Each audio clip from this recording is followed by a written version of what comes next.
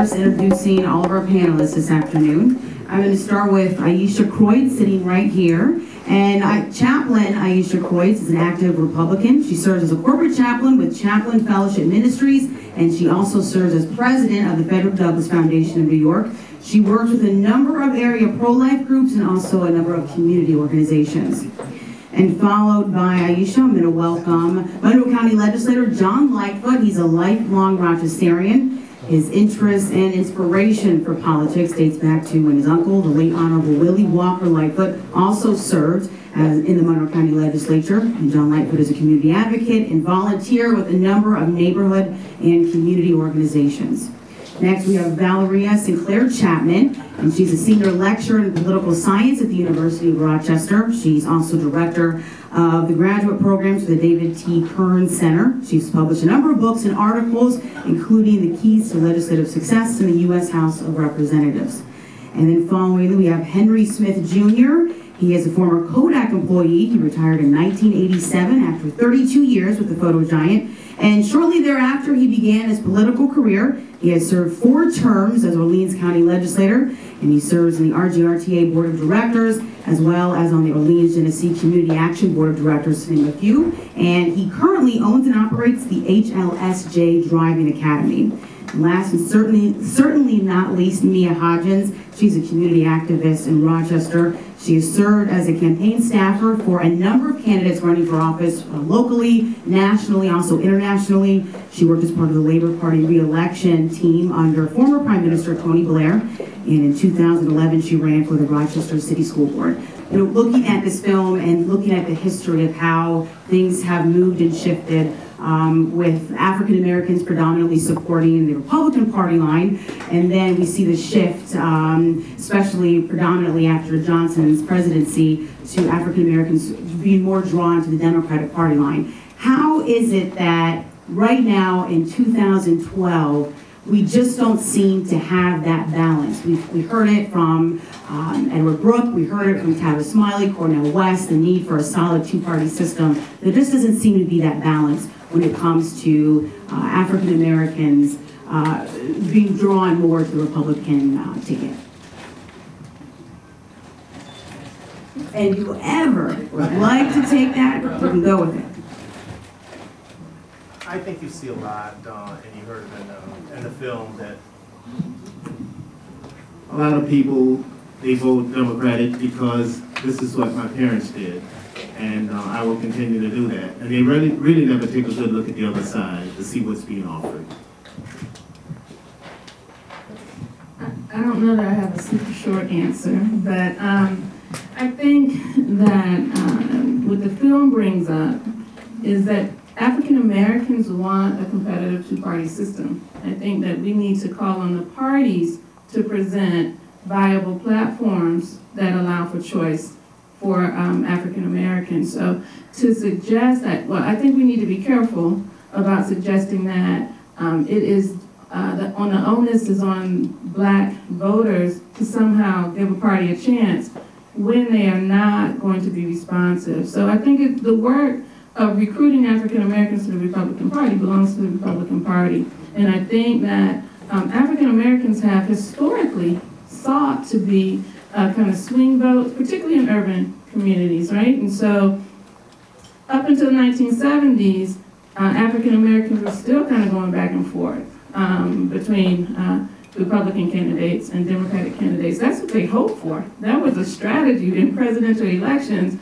But after the 1968 campaigns, after Nixon started pushing forward a Southern strategy, the Republican Party, I think, pushed out Black voters. And so hopefully we can talk about that a little bit more as we go forward, because I certainly agree with the film and with others, I think, here, that there are many synergies between the Republican Party and African Americans. African Americans are ideologically and socially, they're conservative. There are many connections that we could find in terms of religion and moral issues, but the Republican Party actually needs to be a party that reaches out to that community in a serious way.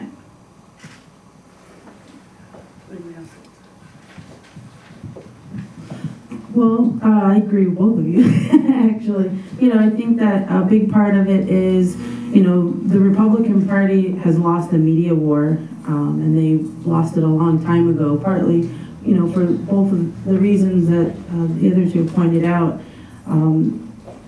But the reality is, I mean, the Republican Party is bad at reaching out to anyone, you know, I mean, whether, even as a conservative, if you're just a conservative, you're still the redheaded stepchild of the party, whether you're black, white, or anything else. So I think, you know, there's so many different ways that we can go with that. There's a lot of reasons I think that it's happened.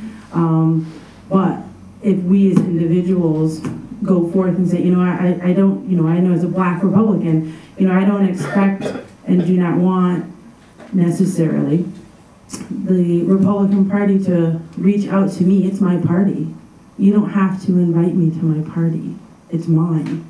And I refuse, no matter what happens. I know what I believe in, and, you know, and what my platform is and who I am as a person. Therefore, I'm going to, you know, vote my values in that way. So I think it's, you know, again, and that's even two-party. So, does anyone in the audience have a question?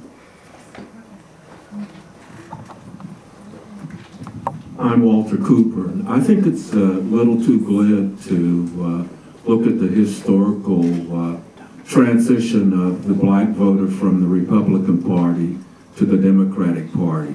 The trend really started in 1930 when President Hoover tried to put on the Supreme Court an out-and-out racist judge from Alabama, the Judge John J. Parker. And then with the social problems of Franklin Delano Roosevelt, you saw a growing trend of the black voter to the Democratic Party. But I think in the final analysis, whether you're Democrat or Republican, we have to start taking ourselves serious, and we don't. Because we've seen elections in Detroit for mayor, and the first election in Newark, where a well-trained, well-educated black candidate was refused the mayoral seat in those two cities. And we are not going to get out of this deep trap that we are in this country unless we better educate people and be more serious about the people whom we elect to political office. And Republicans or Democrats can't be our ultimate salvation. We have to be interested in saving ourselves. Thank you. Thank you for having me today. It's an honor and a pleasure. We talk about the Democrats and Republicans on the parties, but from a political point of view, from my point of view, we as elected officials or these party machines, I believe, have a tendency to believe that they do a cost-benefit calculation. I mean, we analyze these numbers and we look for where voters that can identify with us, that are like us, who we can communicate with, and we crunch those numbers to see if we can have the majority. So sometimes white leaders have it's easier for them to be able to identify with white voters. So they're going to go out and try to solicit those voters. Mr. West brought it up. We solicit whoever we can to maintain and take power. That is what our goal is, Democrats or Republicans. And so we have to maximize our resources. If I have X amount of dollars, these are the amount of votes I can get, I will solicit them. That's our investment. So a lot of times the strategies are there. So if Republicans want to get Democrat votes, then Republicans need to be in Democrat neighborhoods on a regular basis. If that's not happening, the voters who live in that community are going to vote for people who they feel familiar with and comfortable with. That's just the way it works. So the investment for any party takes time. You have to nurture that. You just can't come out and put it out there. That's the purpose of a machine of the party, Democratic or Republican, because it has an overarching philosophy. But if you really want to make change, then the candidate has to be out there in the community, because there's 2 or 3 different types of leaders. There's a moral leader, someone like Gandhi, transformational leader, and there's a transactional leader. Most politicians are transactional leaders.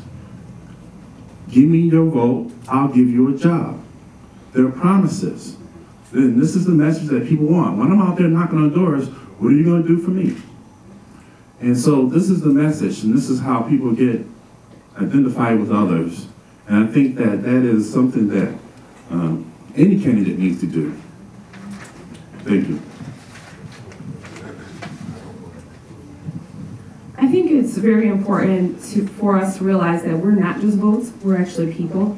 And that if you want my support for your party, your individual platform, you're running for whatever office, you need to come to me as an individual. I have a choice to vote for you, whether you're on the Republican side, the Democratic side, or on any side.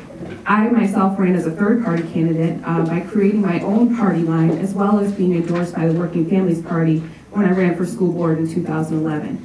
I went out to voters in every single district across the city, Republicans, Democrats, Working Family Party, Green Party members, anybody I could find, and asked them for their support, because I wanted them to support me as an individual and not as somebody who you're just going to follow the party machine, the party line, and what somebody else is telling you. I believe that every person is in fact their own person with their own ideas and their own values that we can all support, and that people need to come out and ask for your support and not just assume you're going to support them based on what group you belong to.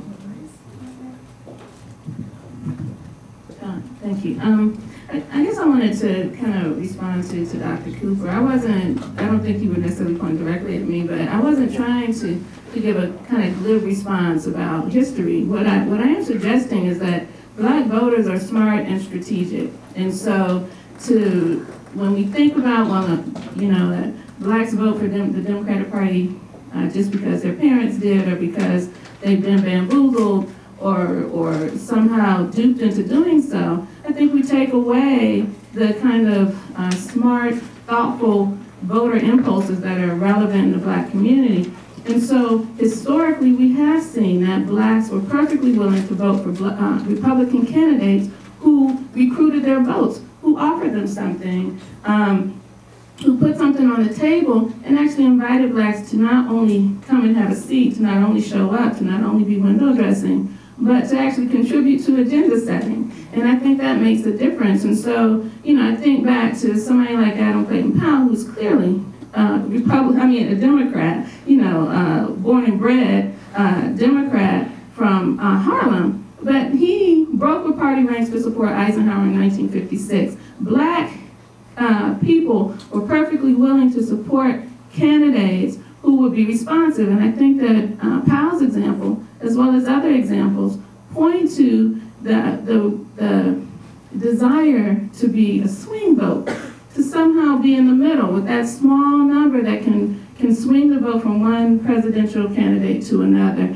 And I think that Republicans could capitalize on that if they presented a platform that Blacks would be drawn to. I actually think that there's room for that. It appears that Mitt Romney will win the Republican candidacy to oppose Barack Obama. Where do you see this election going at a local level?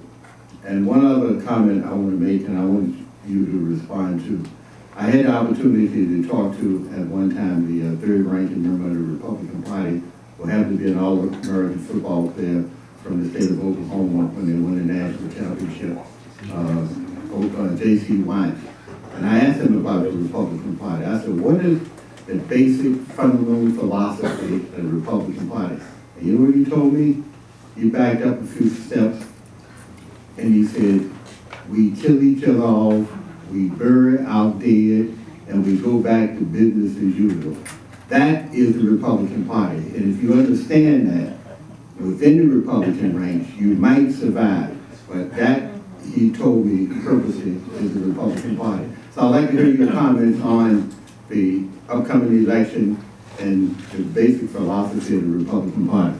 I think it's going to be a real close election.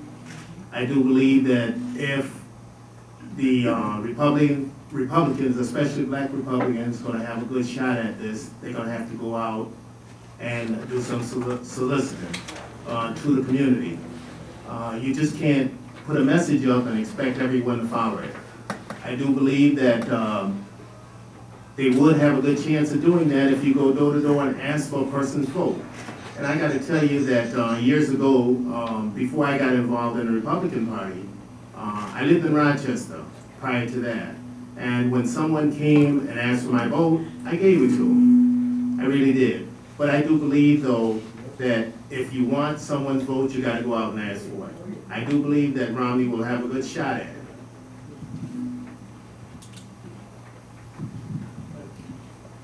I disagree.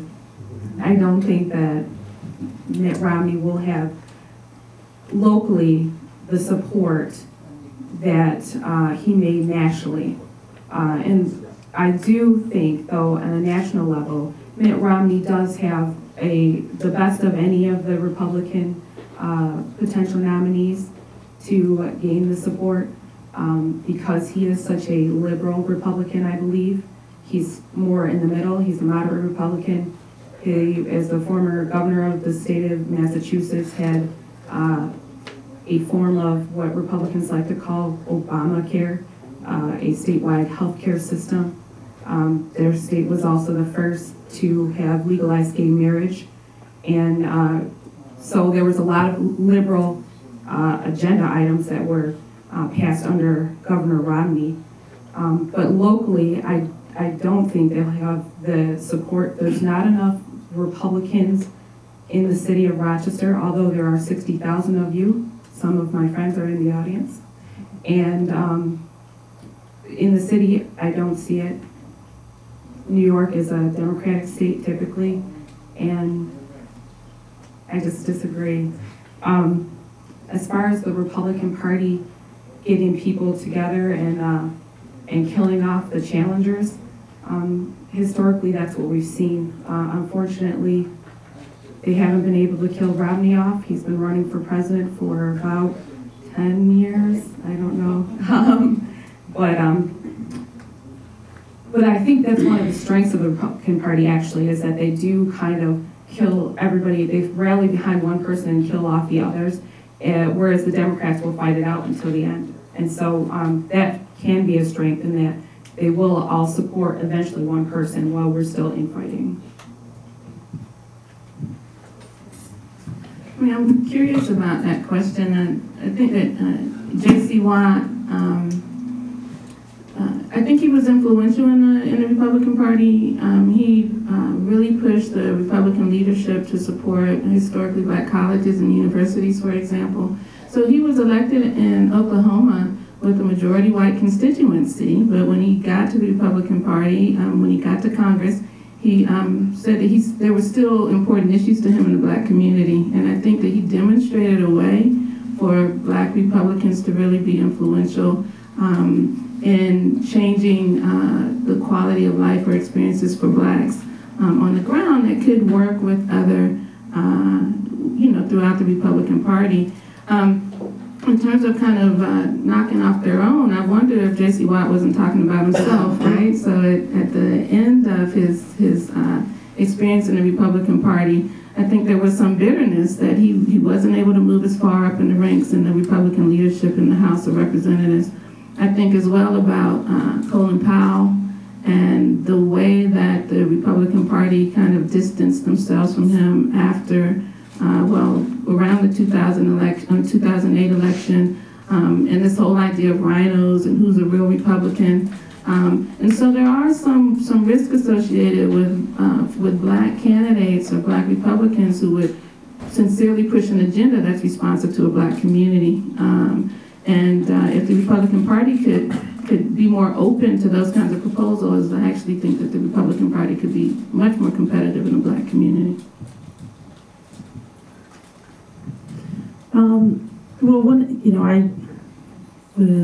In respects to the J.C. Watt's comment, but that's the same in the Democrat Party too. I don't see that's, I think maybe he answered the question a little bit differently than, you know, what the gentleman was at, you know, what he was actually asking for an answer is, you know, what are our platform in the Republican Party. But the Democrat Party just goes about things a little bit differently. There are a lot more backdoor deals where they cut people off and say, no, you're not going to. But the Democrat Party is also historically, I mean, they do rally behind that person in the end. The Republican Party, though, we haven't learned that lesson. That's actually a lesson we haven't learned that. We do not get behind the lesser of two evils, and we can see that even in the Mitt Romney case. Because as a black conservative, I'm a conservative Republican, and that's where I stand. Jesus Christ is my first and foremost thing, and I'm going to vote that value. And it's difficult when you have rhinos, Republicans in name only, that come and you see the Republican Party moving more and more to the left, where the line is blurred and you can barely tell the difference, especially in a place like New York. You can barely tell the difference between the Republican and the Democrat Party. They might talk it, but when you look at their voting records, you're like, well, who are you? Versus in the Republican Party, we say, well, no, you know, this is what I believe. I believe something to my core, and therefore I expect to, you know, we want people to be elected that represent that. You know, I know with McCain in that election, that was the first time that I ever voted for the lesser of two evils. You know, I did. I didn't want McCain. I had no, you know, it was a very tough election, but, you know, I had to suck it up at that point. You know, this election, I was you know, I am a Santorum supporter. That is my guy. He's the most conservative out of the lot. I don't see how, you know, it's difficult with the whole Romney, and you know, I think that it might be, you know, maybe a close election, but really I don't think it will be. You know, it's going to be very difficult to rally the Republican base for Romney because of the things that Mia had pointed out. It is going to be difficult for him because he's going to lose. You know, I always liken it to, and all along the things that I've been saying is, it's like if you can have a Gucci purse that's real for 15 bucks or a Gucci purse that's a knockoff for 15 bucks, which one are you going to choose? You have Mitt Romney and Obama. One is the real thing, one is a knockoff. It's going to be difficult to pull the black vote, the liberal vote, the Democrat vote over to Romney. And Romney's also going to have a very difficult time pulling the conservative vote from the Republican Party. We don't just come and say, okay, which is another reason that black Republicans or conservative Republicans have a hard time within the Republican Party, is because we can't be owned. And we're saying, you know, and they know, oh, you can't be controlled, therefore, okay, let's keep you at a distance, let's keep you on the outskirts, because we know that your agenda might be something that we then can't co-opt and turn into a political machine. And so we get it from both sides. You get it from the Democrat side, where, you know, you get called whatever names, and you get it from the Republican side, where they're like, okay, you just don't say anything, just go away, because you guys are just a little bit too conservative for it. It's all this religious Jesus stuff, gotta go. So Mitt Romney has a problem within the Republican Party. Now, I'm a registered Republican all my life. I've been a Republican, very proud to be. But if you want to call me, you can call me a conservative. I'm a Jack Kemp conservative. Mitt Romney has a problem within his own party. He's going to have a very difficult time getting 1/3 of the base to vote for him and to support him. I don't support Republicans who are not conservative. If you don't have a conservative bent, I don't want to know you. I'd rather vote for the Democrat. Democrats know who they are. They're leftists, leading socialists. And they're true to their form. They're who they say they are. But there are others like me throughout the country. And we're forming and we're talking to each other. Even white Republicans don't like us. But that's fine. Because eventually we'll rule the party. Right now, black, whites, and Hispanics that are Republican and conservative are 1/3 of the base. All right, I love you, John. But I don't care how liberal Romney is. I think he picks a conservative vice president, and I think he gets the base together, and I think he wins it out. That's different. You got to count the economy is bad. Unemployment is huge, especially in the black community. There are tons of blacks that can't stand Obama. They just don't say it out loud. And but they tell me, because my wife's black. But I think you're wrong. I think he's going to pull it off. I don't care how liberal he is. and maybe it's Rubio, who knows? But then you get some of the Hispanic vote probably too. So, and he's pretty dang conservative, so well, let's see. We'll agree to disagree. And my question to the panel, and especially the Republicans or whatever, why is this growing polarization, and how do we attack in our political campaigns and so forth, how do we bring forth to the majority of the people what are the real issues which are in the middle of the road, and how do we campaign and bring forth candidates that, you know, are pushing these middle of the road issues that really affect us all? It starts with the Republican Party not being afraid of the black community in the city of Rochester. I would love to hear what some of my friends on the Republican side have to say to me specifically as an individual voter, because I'm not going to always just vote the party line. I didn't run on the party line. Why would you think that I'm going to vote on the party line? Just because I'm black? Just because I live in the city? Because I make less than a certain amount? Because I live in a certain neighborhood? All those things are very disappointing to me, but those are also factors that the Republican Party can use to build upon getting my vote. And so I think that it has to start there. I do believe, though, going forward, I believe you're going to see a lot of changes from the Republican Party. I think as the leadership, the new leadership comes in, I do believe that there will be some changes. In answer to your question, the middle of the road, sometimes if you want a Chevy, you ask for a Cadillac. And I believe that's just the way it is. I believe that's the way the leadership look at it.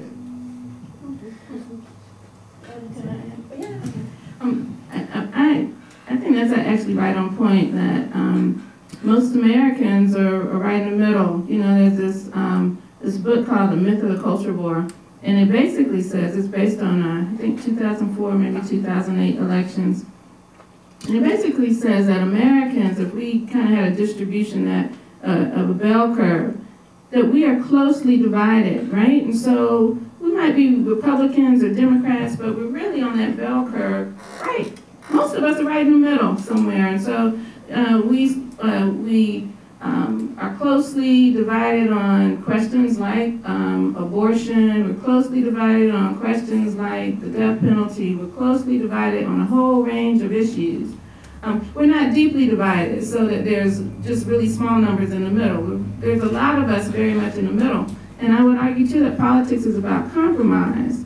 But on any side, on almost any issue, if you want to hold your candidate accountable only to a single position on multiple issues, right? So when we sign pledges for or against taxes, or for or against this issue or that issue, and we trap our candidates or our representatives, then they really can't act for us in a way that really lends towards national representation and compromise. And so we have to figure out a way, I agree, to hold politicians, elected officials accountable, but to us in a way that is common sense. And it might not be liberal or conservative always. It might not be Republican or Democrat always.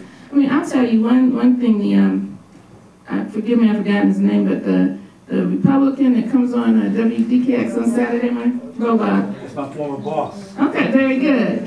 So I think that with his very presence on that show, with his demonstration of, he knows the music, he knows the rhythm of the conversation. These are small things, but politics is local. And I think that he draws a significant number of black votes. Just with that, just something that simple. Mobilization matters. Asking for my vote counts. And so I think that there's room to actually gain those votes, but most of us are in the middle, and so the hard stances on the left or right, the polarization of the elites, it doesn't work to really get to common sense solutions. That's why we almost exploded last year with a debt ceiling. You know, we really have to come up with some common sense solutions.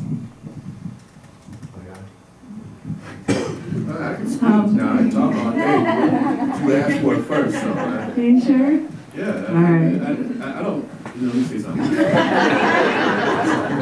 I don't think there's any vote. There's not going to be a switch of change People are going to hold their party lines, you know, on a national level, and even on a local level, you can maybe sway a few by doing this hard work. I don't think that the Republican Party has the capacity to change these votes. They don't have the manpower to sit and nurture. This presidential election is too late to change any Democrats' mind on what they're going to do, because that nurturing process takes time, more than 6 to 8 months. But one strategy or tactic that politicians use, and you heard it in the video, is that they try to make the other party stay home. The other side of the voter stay home. And by that increases the other side's votes. There's some kind of mathematical terminology on it, of course. I tell my son all the time about basketball, so I don't want to get off point.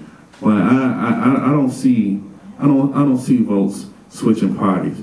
One of the things that make things voters switch parties or change is what I guess these people who are in this type of mode, like the doctor here, call an election realignment. You ever heard that terminology? They throw it around all the time, and it has all this different meanings to it. I'm just picking up learning it myself today because I want to be prepared. But the Los Angeles Times reports the realignment with Clinton, because Republicans led the presidency for so long, but Clinton was a champion in changing the votes. And they even say that he banked votes so that when he left, there was enough votes left for other people who ran behind him. And so, as we saw in the movie here, the alignment changed when Martin Luther King supported, was it Kennedy? Yeah, I'm not the historian here. So, but these things, so what is the swooping, overarching policy that the people, remember I talked about the followers? What is the overarching, what is deep-rooted in the followers? And then that leader, whatever side they're on, Republican or Democrat, will be that transformative leader that will realign your party votes. That's what I want to say. Thanks.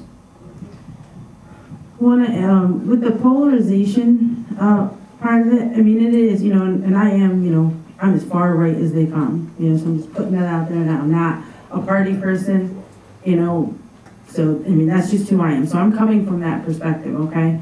But we have platforms in the party. I mean, the Republican Party has a platform. The Democrat Party has a platform. So if you have a platform and you don't believe in the platform, why are you in the party? You know, that, I mean, that's where I come from. So when I look at those rhinos or Republicans in name only, I look at them and I go, but this is what our platform stands for. So if you don't believe in these things, or you're going to pick a couple of them and then you're going to stick around, for me, it's the same thing as like, I can call myself a chair or a Christian or whatever, but if I don't really believe it, if I don't believe that the Bible is the Word of God, why am I calling myself a Christian? And although, you know, I know politics and religion and all those things are different, and because we have only a two-party system, it is a little bit difficult that you have to pick a party. But I'm not one of those big tent people, you know, where I'm like, oh, I don't think that it's like, oh, everybody, okay, maybe you have this, because I think you just get corrupted and you can't tell the line between them. So if you're telling me, when I look at the Democrat Party platform, and I say, okay, this is what their platform, this is who they are, this is what they stand for, if it doesn't align with my values, then I have to ask myself, well, where am I going to be? And I think that's why you have so many independents now, is because I think they kind of do that. And they're like, well, I don't really believe all of this, I don't really believe all of this, so I'm going to go here. So there's a polarization that I think is just going to be natural, and it's been since the beginning of the history of this country. It's not anything new that we do that. We go through lulls where people get complacent in that. But the other end of that is, I don't believe that politics change people. I believe that the hearts of the people change the politics. I just had a couple of questions and a comment. First off, congratulations to whoever brought this film in. I am a conservative Republican, and I've been one for over 35 years. I am just returning to Rochester, and just about a year ago, I registered as a conservative, more so than a Republican. In fact, I even went out to Pittsburgh and met with the conservative chairman, just to let him know I'm in town. And he was surprised. Quick comment. 35 years ago, there was a young man that worked at Lincoln Chase Bank, where I banked at when I had my landscaping business. I'm a capitalist too. And he, at the same time, I worked at a radio station, just as an afternoon disc jockey. Anyway, he asked me to write some commercials because I believe the councilwoman at that time was Maxine Childress Brown, I think. Anyway, long story short, he was a Republican. I was not even registered to vote. He asked me to write some commercials. I said, I'll be more than happy to do that. His name was Brian Campbell. I wrote the commercials. The gist of those commercials went something like this. If a politician walks into a room full, if a Democratic politician walks into a room full of black voters, he doesn't have to do anything because he knows how they're going to vote. And same thing for a Republican walking into the same room. The tagline was, think for yourself, vote Brian Campbell City Council based on the issues. Those commercials ran for about a week. Brian got a call from those mythological people up on high who said in so many words, boy, you better take that commercial off the air. Well, he was dejected, he didn't run the race, etc. But I registered as a Republican only because I had to back up what I was saying on the radio. At least when I walked into a room, talk to me on the issues now, because now you don't know. The next comment is that I believe in our community that we get our news and information in a very one-sided, very myopic funnel. I'll give you a couple of examples. The president spoke about the Buffett rule, where he wants to tax people who are making millions and billions and get a more equitable rate, like Warren Buffett's secretary. Well, what he has done is that he has misconstrued the issue. Number one, his tax return is online. You can go to whitehouse.gov. He took the Bush tax cut. It's right on his tax reform. The last thing I wanted to say is that I'm a conservative because I simply believe in the value system. It's nothing more than that. Conservatives and Republicans, we have our issues. That's why I wanted this primary to go all the way to the end, to get our issues out there, whether you're a rhino or you're a conservative or whatever the case might be.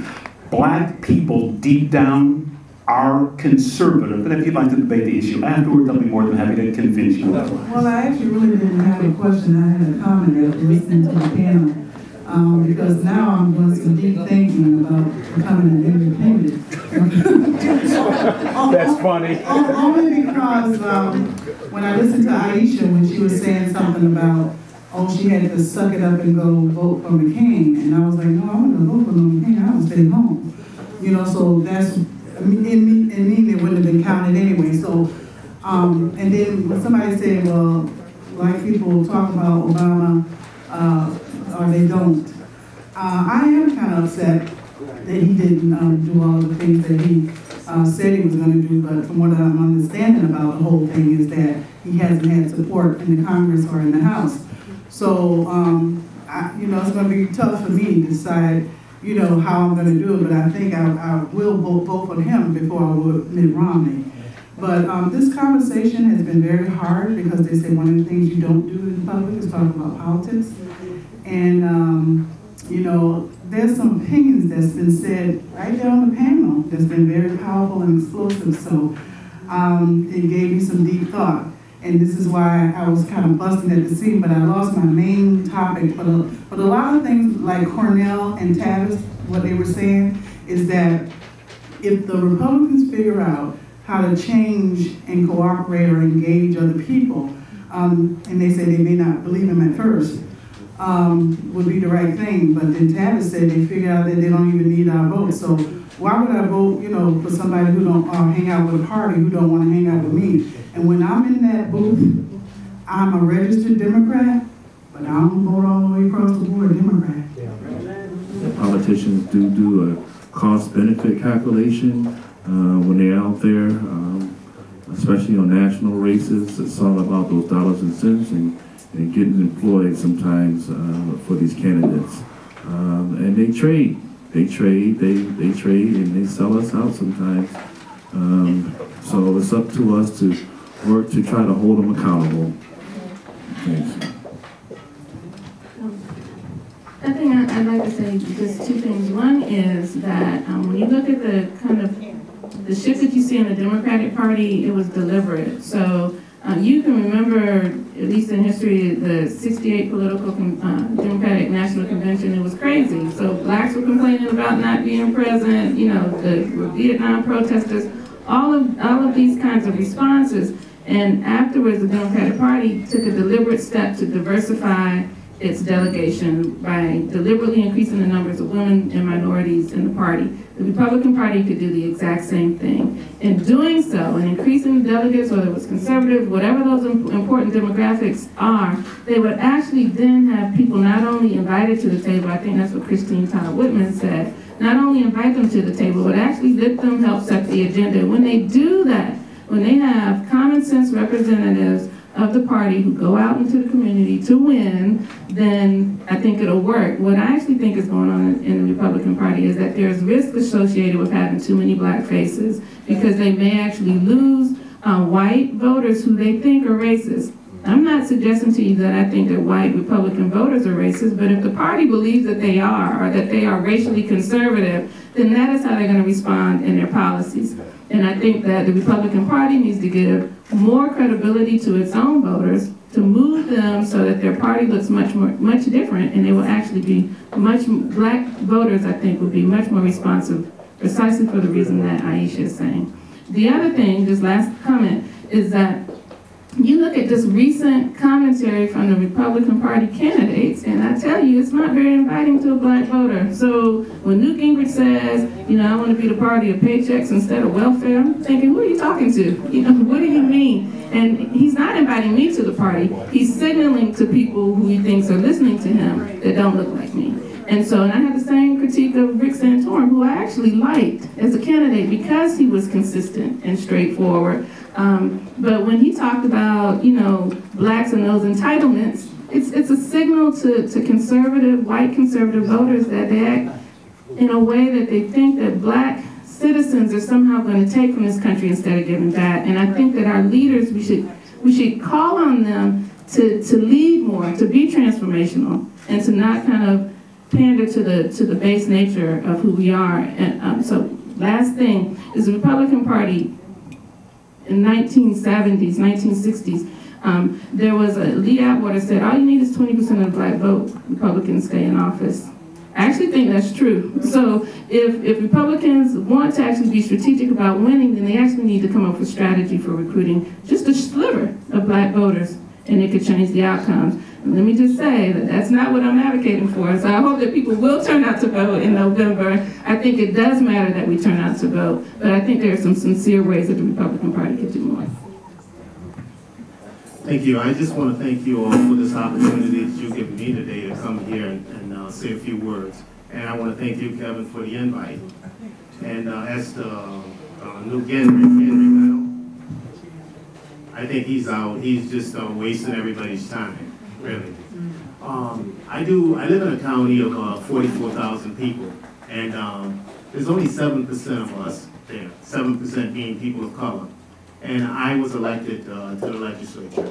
And I think that's saying a lot to the party or about the party. So I do believe that in some areas, the Republicans are reaching out. And I think it's been great for me.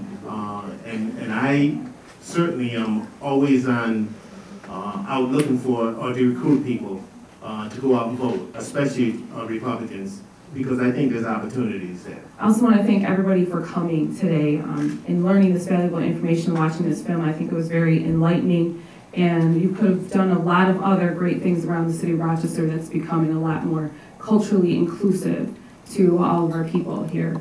I do want to remind everyone, excuse me, to, of course, come out and vote. But also, I want to challenge the Republican Party of the city of Rochester to actually come into the city of Rochester and ask for my vote. Ask me for my vote. I challenge you to come to my door and ask me for my vote, because I'm sick of being overlooked by my own party, the Democrats, and assuming that I'm just going to vote for them because I am a registered voter. I've had so many experiences, and actually was surprised that my own city council person finally did come to my doorstep when I was then on the ballot for another office for the very first time, although I've been registered as a Democrat in the state of Rochester for over 10 years that I've lived here. So that is my challenge to you, the Republican Party. I know there's 60,000 of you here in the city. Come out, talk to us, because as we all pointed out, there's a lot more of us in the middle with a lot of shared values that we may be able to come to compromise, come to terms on, and elect the best representative for our community. RABJ did this because we thought it was important to dialogue about two-party politics in the black community. We wanted to open this dialogue up. We didn't want to endorse any one way of thinking or endorse one party or the other, but we felt it's very important as a community to discuss the benefits of two-party politics. Well, I thought it was a good documentary. It raised a lot of important points, and I think as it's said in the documentary, the Republican Party has a long way to go to support its own candidates, its own black candidates, and it also has a long way to go on the ground level to get people into the community, into the black community, and make their stance known. As we head toward the election this year, I'm not sure. I think it was brought out in the documentary as well that there's enough time to set up that structure to do that. But that looks like that's what's going to be needed in the future if the Republican Party is going to make any impact at all in the black community. Oh, the panelists were excellent. They were all well-spoken, beautiful thoughts and ideas came through. You know, really thought-provoking people. I really appreciate them coming and take the time out to share their expertise as an organization. I think I can speak on behalf of us and say that we all are really appreciative of having all of them here. The fear of a black Republican, I thought it was good. I think that his documentary was a little long. You know, he didn't have to keep reiterating the situation. I got it. You know, but in the situation, you know, he brought up some good points and he got some good answers. So I'm glad his knowledge was, you know, his appetite was fed. Oh, I love the film. I think Kevin Williams did a great job on it. I think he really, you know, he really did justice, I think, to a lot of the things that as a black Republican that we go through. So I really enjoyed it. I've seen it a couple times and I enjoy it every time. Well, I appreciate the RABJ for bringing the film to our attention in the Rochester community. I think it's very important for us to have the discussion about the quote-unquote fear of a black Republican, because I think it's not so much about that fear, but it's raised the questions about how the African-American community is taken for granted by both parties, and that there needs to be a discussion from both sides to all African-Americans to find out, you know, can you get my vote? I thought it was very interesting. It brought a lot of items to light that I guess I should say I was not really aware of. So I thought I learned a lot from the film itself. Actually, I enjoyed the conversation probably a little bit more than I thought I was going to. I wasn't quite sure, you know, coming into this what it was going to be like, but I love when the audience gets to ask questions and we get to respond and talk to them that way. That's one of my favorite things, so I think the setup was really good and the way that they handled it. I think they were fair and balanced in the way they presented everything as well. It took me a while to understand what kind of meeting I was in, actually. You know, I didn't know I was in a room full of black Republicans, being the African-American Democrat. So, but the panelists, you know, were knowledgeable. I really liked the doctor because she understood a lot of the terminology used in, you know, and by us political leaders. And, you know, but this thing comes into a cost-benefit calculation. It really is. At the end of the day, we crunch numbers. Those maybe not the politicians, but they have a staff member that is crunching the numbers to find out where they can solicit a majority amount of votes. Oh, excellent turnout, actually. When we got here, because we do a lot of different events as well, and I'm like, hey, for a first time, that's better than mine. So, we do a lot of different things like this. So I think the turnout, I would say a good 40, well, it was a full house and standing room only in the end. So I think they did a good job. And the diversity of the group, I think, is really what was the spectacular part of it, that you didn't have a one-sided conversation, that it was a lot of different people. I thought the turnout was excellent. I feel that a lot of the panelists raised a lot of great points, and it really got the conversation started. And of course, here we are, half an hour, 45 minutes after the panel has ended, and we still have a group of about 20, 25 people in the room continuing the conversation. I think that's very important and very necessary in Rochester to keep African Americans engaged and talking about politics when it's not the day or a week or month before the election. Well, RABJ is striving to make ourselves known in the community as an organization that will bring to the forefront issues of importance to people of color. And not only about journalism, but also, as you can see this afternoon, politics and other issues. So we hope to continue to do that, and I think that we got off to a good start with this event today.